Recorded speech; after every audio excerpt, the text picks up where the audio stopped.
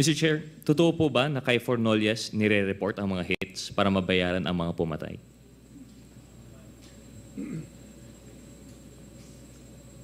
I'm not sure. What I heard kasi is kay Serbo tinetext.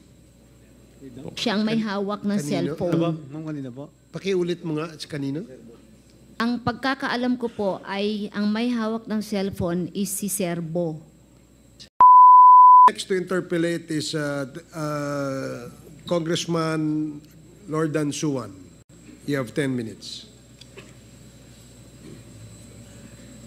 Thank you, Mr. Chair. May I ask Ms. Garma, again, why were you crying as you were reading your affidavit earlier?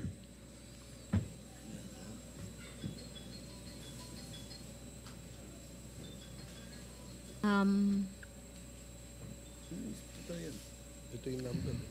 Because, Mr. Chair, it took me more than a week to make some reflections, and it's very difficult to have the courage po. So, although I have decided naman po, I think it has something to do with my courage to come out po. What convinced you to come out? Sabi ko nga, I made some reflections, and I have to go back to yung values ko na lagi ko sinasabi, at sinasabi ko rin sa anak ko palagi, and even to my relatives, I would always say the truth, because the truth will set you free. And that was the same statement that my daughter told me before I appeared before this Quadcom, Mr. Chair. So, nakaroon po lang ng time when I was inside the detention facility of the Congress to reflect, Mr. Chair. I commend you for your courage, Ms. Garma. And you also mentioned earlier that you were afraid for your life. Were there threats made against you? Mr. Chair, right now there is no threat. But knowing the capability of those persons that I have mentioned, they are in position, some of them are in position, they have the assets, capability, and influence, Mr. Chair. At ngayon po, I'm just a mere ordinary person lang po ako. I don't have position, I don't have power, ganun din po ang mga relatives ko. And sino ba namang hindi rin matakot? Which is normal po. In paragraph number 13, you said that Mr. Leonardo informed you that he stayed at the hotel for 3 days, during which the President directed him to organize a task force similar to the PAOK-TF. So what is the name of this new task force? Wala po, Mr. Chair, hindi na po nalagyan ng pangalan. Kasi naging simple na lang po na sa CIDG Region 11 na lang po ang parang pinaka, how would you call this? Parang pinaka focal area o focal point. So hindi na siya ganun ka-structured na may mga specific officers to handle per area. Kasi na-mobilize din po mismo na yung RD, yung PD, and Chief of Police. So itong task force na sinasabi niyo po, Hindi po nagawa po yan, Mr. hindi siya Chair. nagawa or meron pa ring team pero hindi siya official?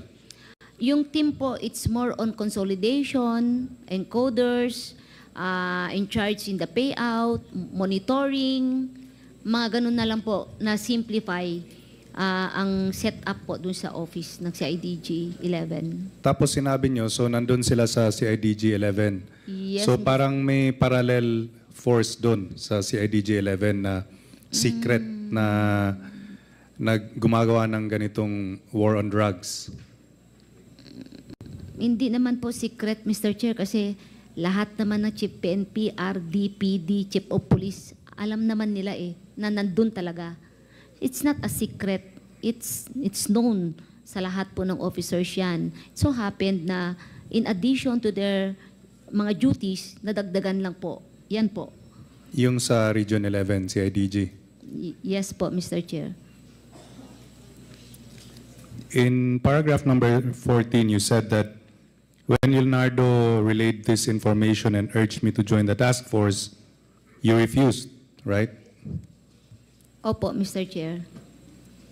And you said that your reason for refusing is your lack of experience in handling such operations. But was there any other reason why you refused to be a part of this? Yes, Mr. Chair, aside from that, kasi during the time, there was an instruction from the President. I was there, Bongo and Leonardo was also there, when the President mentioned to us that he wants me to join the team sa Malacanang to handle police and military affairs. Kasi po, sabi niya, it's too much kay Sen Bongo na i-handle lahat ng ahensya. So because of that, hindi ka naman din makatanggi kung ganyanin ka. Point, sabi ko, yes lang ako na yes. So sabi ko, if there is an order, I will comply po, sir, sabi ko. So there was an order issued by the ILG actually, which I complied for a while. Anong order po yun? The ILG order that I am detailed to the office of the sa President. Sa President? Yes po. Pero hindi rin po nagtagal kasi po nagkaroon din po ako ng order na na-reassign na ako sa Region 7 CIDG after my graduation sa OSEC. Okay. And then you were assigned as Police Chief of Cebu. And then a year and a half after, naging Chief of City Director po ako ng Cebu City. In fact, that was actually offered to me by General Sinas, yung position na City Director. I have no intention or interest to the position, but since it was offered and I realized po na magandang break po sa career kasi City Director.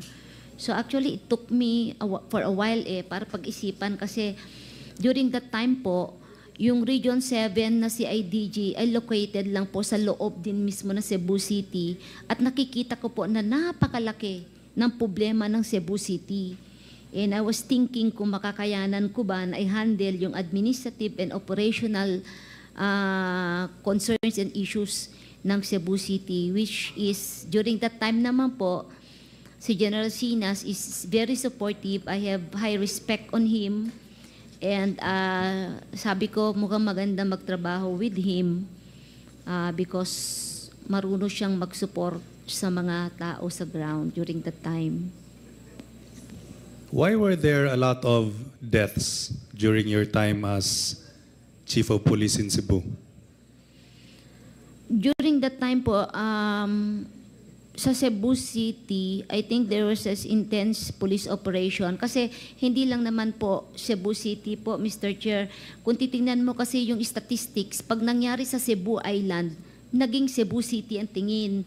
Pero kung himay-himayin mo po yung statistics, makikita mo na Lapu-Lapu pala siya, Mandaue, Cebu City, Cebu Province. Pero pag sinabi mo kasi Cebu, it appeared po na buong Cebu City. And then during that time po, hindi lang po ang police station na nag-ooperate. Meron po tayong ARSOG, Regional Special Operation Group, which is being managed by all R2s. Tapos meron pang PISOG, like Provincial Special Operations Group. And then meron pang PIDEG na nag-ooperate. May CIDG din na may territory per province. So, pag makikita mo po yung statistics, it would be ako po, maganda rin tignan po, sino nag-operate para makita natin kung sino yung liable. Kasi pag titignan mo ko yung statistics, kukunin mo, kung saang territory, it appeared na yung police station na yon ang may gawa o may trabaho. So, pero may iba-iba palang mga organizations na naka-overlap yes, sa Mr. same Chair. geographical area. Yes, Mr. Chair. Saka ina-allow during that time yung tatawid ka ng area as long as you coordinate sa mas mataas na level. So halimbawa, ako Cebu City, yung drug personality ko na target ko sa Cebu City ay nandun pala sa Cebu Province, I will just ask clearance sa regional office and coordinate with the provincial officer so I could go sa territory niya. So that's how it works. Same with from one region to another region. Minsan from Luzon, pumupunta pa po ng Mindanao, Mindanao to Visayas. Ganun po noon ka-aggressive yung campaign. Okay. You said in paragraph 21 that during the initial 3 months of his assignment, you facilitated all meetings between Leonardo and Bongo at Leonardo's request. What did they meet about?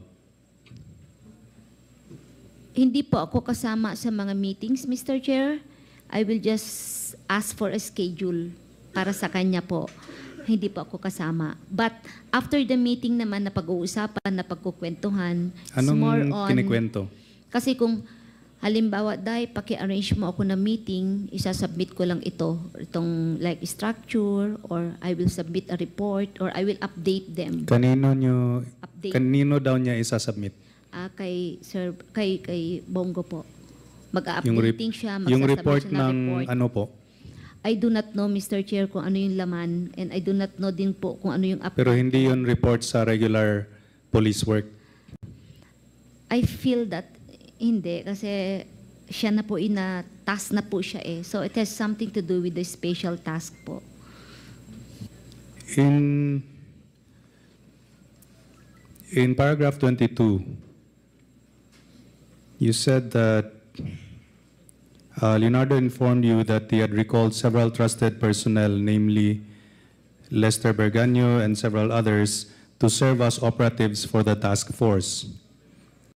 Is this task force above board, or is this an assassination task force? It's not po assassination task force. As I mentioned po, it's just, these are staffs that will handle po yung recording, parang depository of all information and data, so that kung halimbawa po na may operation sa ground, pwede mong i-verify if this person is on the list, mga ganun lang po. Or if you want to submit a list for validation or what, pwede mo rin gawin po yun. Kasi may capability naman po yung opisina ni Sir Yung task force. to validate all information, because he's in control po sa buong Pilipinas na R2, RDs, and other units po. Okay. And here in paragraph 22.2, you said that all of these reports would then be encoded and compiled by Lester Berganio. Is Lester Berganio here? Wala po. It's just a civilian hired lang po to encode everything. That was during the time po, yun po nakita ko na siya po yung nag-handle. I just do not know the later part po, because what I am talking in my affidavit is the first 3 months na observation. First 3 months po. lang? Yes po. Sabi niyo po dito na the compilation is thereafter elevated to Leonardo, who will decide what level the arrest or killing was and its corresponding reward. So rewards were only given for killings, while for arrests, only the funding of the co-plan and a refund of the expenses were given. So you're saying that rewards, there is no reward if you arrest?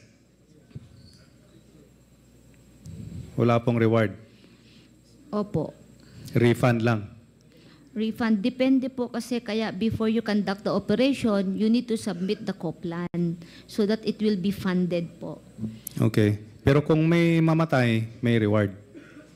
Meron pong binibigay, may pinapadala po dun sa operatiba po na nakipag-communicate. Okay. I think this is very important, this list of Mr. Lester Berganio, because we could get an estimate of the real number of casualties from the perspective of those who were responsible of the EJ case. May I manifest, Mr. Chair, that we invite Mr. Lester Berganio? Comsec, please take note of the request of Congressman Suwan. And you also said, Ms. Garma, in 22.3, I saw how these individuals operated when I would visit the CIDG office in Region 11 to see my friend Lot Lot. So, how did you know, how did you see how they operated? Did you go with them? Did you observe for days? What? Hindi po. There are times kasi po that mag-standby po ako doon because my friend was there. And during that time po, since na halos wala po akong klase, kung hapon, kung minsan po, doon po ako naghintay kasi susunduin ko yung anak ko sa school. So, nakikita ko po ang how they work, how they work inside. Do you have any memories? For example, something that stuck to you when you were there? Parang isang memory na something that happened that was memorable for you na hindi mo makalimutan. Wala po akong maalala, Mr. Chair. Wala? Wala po, Okay. Your Honor. You also said here that in paragraph 25, Lester Berganio maintained a comprehensive list of drug personalities in the Philippines. Tama po ba? During that time po, siya po yung encoder. So, So sabi mo, maintained a comprehensive Yes list of po. drug personalities. So would it be safe to say that he is the progenitor of the drug list? Siya yung parang unang gumawa ng drug list? encoder lang po kasi siya. So, kung ano lang ibigay, siya lang po ang nag-encode, Mr. Chair. Sinong nagbibigay? Bibigyan nila, sir, po. Kasi encoder lang siya eh. Yung team nila Leonardo? Yes po. I do not know kung anong maging arrangement or instruction, but he is just a mere encoder. Okay. And it relates to paragraph 27 where you said that Leonardo had the final authority to determine who would be included on the list of drug personalities and to classify their threat levels, as well as the discretion to remove individuals from the list. So you're saying that Leonardo, Police Colonel Leonardo, is the progenitor or the author of the original drug list? Hindi po siya yung original kasi yung una pong binasa ni Presidente, hindi po galing kay si Leonardo yun. Pero paano tong sinabi nyo na may final authority siya to determine who When would he be was included? tasked na po, after the announcement, and then nung tinas na po siya, I think that was yung unang binasa po ni Presidente, dun po nagsimula yung yung unang list, and then na-update na lang po every week, every month, ganyan po hanggang sa dumami ng dumami because the reports were coming na po sa different units and others are for validation, ganun po. So, na-update po. Okay, so yung binasa ni Presidente na list, galing na yon kay Leonardo? Hindi po, Mr. Chair. Yung una, hindi po. Yung unang binasa We do on not TV? know kung saan po galing po yun. He just Yung read list, it. hindi nyo alam? Okay. So, just a couple more questions, Mr. Chair. You have 2 minutes. Were you ever directly involved in operations where suspects were neutralized as part of the drug war? Wala po. Wala Wala. akong maalala. Hindi ka involved doon sa yung tatlong Chinese drug lords sa Dapecol? Hindi po, Mr. Chair. How about kay Wesley Barayuga? Hindi rin po, Mr. Chair, Your Honor. And last question. You mentioned that certain national figures had the final authority to determine the level of arrests or killings. Can you testify on any specific instances where national leadership directly approved the killing of certain suspects? I didn't get the national... May ano ba? May situation ba na may order galing sa taas na i-eliminate ang isang suspect? Wala pa akong alam na meron pong ganun, Your Honor. Sino pong may alam doon? Wala pa akong alam, Your Honor. Okay. No more questions, Mr. Chair. Thank you, Congressman Suwan. Mr. Chair? Yes, Mr. Chair, with the Congressman indulgence Gutierrez. of our colleagues here, if I could have a quick interjection, just really related to some of the points raised by Congressman Suwan. yeah, make sure it's related to Congressman Suwan's questions. Thank you, Mr. Chair, and I'll make it short. Actually, it's in relation to, since it was touched upon by Kong Suwan, yung reporting system, and just like to verify some things from Ms. Garma. Mr. Chair, Ms. Garma, sino po si Eagle? Sir? Sino po si Eagle? Sino Eagle? Codename Eagle. Codename Eagle. Eagle? Hindi ko po alam, Mr. Chair. Are you sure, Mr. Chair? Just to verify po, Yeah, no? Because you're now in a more cooperative mood. Yeah, hindi You've ko never po- had a chance to come across this code name, yung Eagle po, especially in relation to the machinery which you have now revealed to us po today. Eagle. No, Mr. Chair. Thank you. Mr. Chair, may kilala po kayong SPO for Noles? Fornolies. For Noles. Yes, Mr. Chair. Sino po si Your SPO Honor. for Noles? Na-assign po sa IDG dati, but he's already retired, Retired Mr. po. Chair. Yeah. Mr. Chair, totoo po ba na kay Fornolias nire-report ang mga hits para mabayaran ang mga pumatay?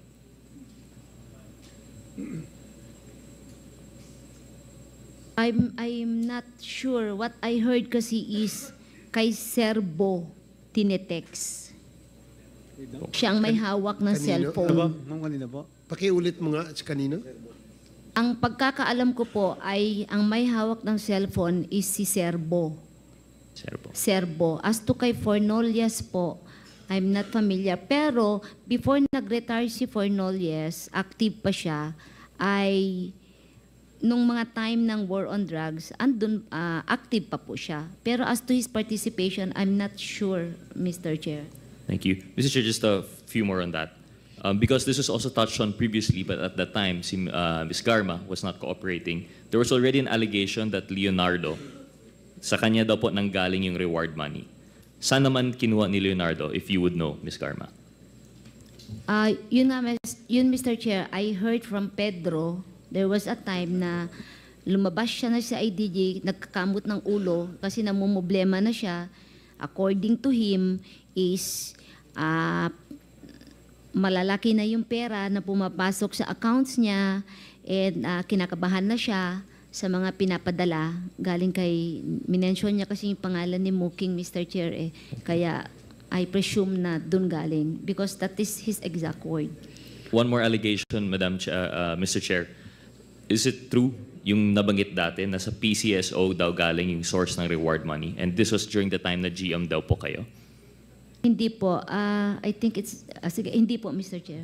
Thank you very much, Ms. Garma. That's all. Thank you, Mr. Chair. Thank you, Congressman Gutierrez. Mr. Chairman. Senior Deputy Speaker Gonzales. Mr. Chairman, in relation to the question of Congressman Rhodes, this diagram, Ma'am Garba, bakit parang wala po kayo dito? Mr. Chair, hindi po ako kasama sa workflow po dyan. I'm not the one operating the whole operation. Hindi po. Yung ano po, alias Muking, lalaki ho to o babae? Babae po, Mr. Chair. Ang pangalan niya po niya is Ermina Muking Espino po. ASEC ng PMS. Tama po ba ako? Yeah, yes, Mr. Chair. Now I remember, yes. Thank you. Mr. Chairman, next hearing, I think we have to invite. Yes, we already asked the committee secretary to invite Ms. Smoking Thank in you. our next committee hearing. Thank you, Mr. Thank you, Congressman Gonzales.